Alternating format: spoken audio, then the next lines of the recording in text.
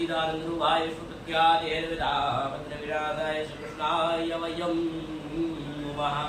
नमो नमः अत्यवितायां शोभायाम् अहं श्रीमद् भागवत विषय पर एक वक्तुम् इच्छामि। माરું નામ તમે રુદ્ર છે। હાલ 16 ભાગવત વિદ્યાપીઠ અમદાવાદમાં હું અભ્યાસ કરી રહ્યો છું। 11મું 12મું ધોરણ પ્રારંભ થવા જઈ રહ્યું છે। હવે એક આપ સૌને નમ્ર વિનંતી છે, सच्चिदानंद रूपाय विष्णुपत्यादि हेतवेदात्र विनाशाय श्रीकृष्णाय वयं नमः। नमो वासुदेव्याय विशालबुद्धये फुल्लारविन्दाय पत्रनेत्रा येनादवया भारतैव पूर्णावृतवालितो ज्ञानमयः प्रदेवा ध्यानमूलं गुरुमूर्ते प्रजामूलं गुरुत्वलं मन्त्रमूलं गुरुवाक्यमोक्षमूलं गुरुकृपा। नमो नमः अत्यहितायां शोभायां अहं सर्वभागविषयोपरि इच्छामि। शान्तिपूर्वक शुभन्तु अभिलाषा। भगवान ठाकुर जी चरणों में प्रणाम करी, ठाकुर भागवती चरणों में प्रणाम करी, भागवती महाराज प्रणाम करी कथानो प्रारंभ करूं। प्रवचनना प्रारंभમાં ભાગવતીમાં લખ્યું છે કે યત સ્યાત સર્વત્ર સર્વદા ઠાકોરજી બોલ્યા છે હું બધે છું, બધું મારામાં છે અને હું બધામાં છું। બધું બધે હું બધે છું, બધું મારામાં છે। ઠાકોરજી બધે છે, ઠાકોરજી બધા આપણામાં છે અને ઠાકોરજી આપણે ઠાકોરજીના છે। આપણે ઠાકોરજીના તેજમાંથી પ્રગટ થયા છીએ। જ્યારે એક દ્રષ્ટાંત છે ધુનુકારીનું, યાઉનંતમા બન્નો યત્ર લીલા હરેન્દ્ર હો। તે કહે છે જ્યારે ધુનુકારી ભક્તિ ને નારદનો એક સંવાદ છે। ભક્તિ આવ્યા, ભક્તિ મહારાણી આવ્યા, નારદ જતા હતા। એક વૃક્ષ, એક નીચે વૃક્ષની નીચે યુવાન સ્ત્રી બેઠી હતી। યુવાન સ્ત્રી બેઠી હતી, એમાં બે બાળકના વૃદ્ધ પુરુષના વર્ષ સાથે રોતી હતી।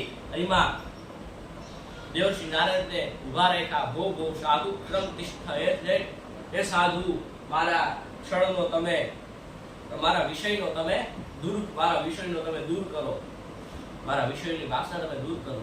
ભો ભો સાધુ ક્ષણ તિષ્ઠ, એ સાધુ તમે ક્ષણ માટે રોકાઈ જાઓ, ક્ષણ માટે રોકાઈ જાઓ એમ કીધું। અને એમાં ક્ષણ માટે ઠાકોરજી દેવશ્રી નારદ રોકાયા અને ખબર પડી કે આ તો ભક્તિ છે। કે ભક્તિ તાર તો ઠાકોરજી પાસે જવું જોઈએ, તું અહીંયા ક્યાં શીખ્યું? તો કે મને કીધું, ભક્તિએ કીધું કે ઉત્પન્ના દ્રવ્ય શાહ બુદ્ધિ કર્ણાટક કહેતા। હું ઉત્પન્નમાં ઉત્પન્ના દ્રવ્ય શાહ દ્રવિડમાં ઉત્પન્ન થઈ, કર્ણાટકમાં મોટી થઈ, મહારાષ્ટ્રના અનેક ક્ષેત્રોમાં ચાંદી હું ગુર્જરમાં આવી અને ગુજરાતમાં હું જીર્ણ થઈ, ગુર્જરમાં હું જીર્ણ થઈ। આપણે એમ કહીએ છીએ ગુર્જર એટલે ગુજરાત, ના વાળા ભક્તો, ગુર્જર એટલે ગુજરાત નથી।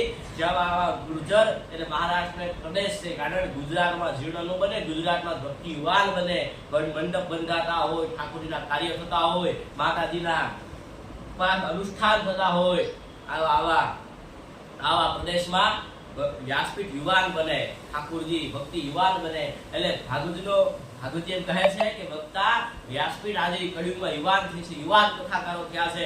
મને ભાગવત વક્તા કેવો જોઈએ બતાવ્યું। વિરક્તો વૈષ્ણવો વિપ્રો વેદ શાસ્ત્ર વિશુદ્ધ બધા દ્રષ્ટાંત કુશલો હીરો વક્તા કાર્યોગી નિષ્કૃતા સીધું।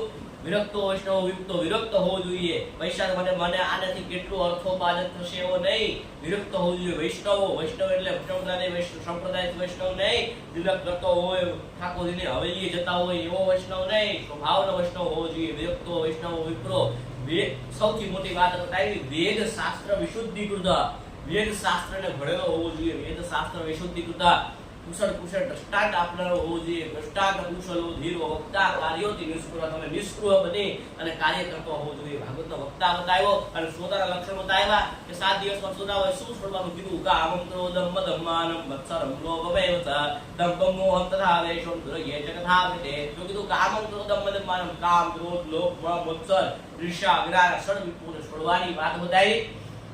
એ વાત બતાવી અને એ જ ભાવ સાથે આ વાત બતાવી અને મારી વાડે વિરામ આપું। અસ્તુ, જય દ્વારકાધીશ, રાધે રાધે।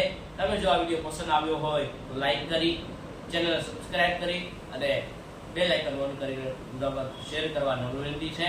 આ સનાતની ચેનલ YouTube ચેનલને સબસ્ક્રાઇબ કરજો, કારણ આવા ભાગવતના વિડીયો, આવા ભાગવતની કથાઓ તમને આ ચેનલ પર મળતી રહેશે।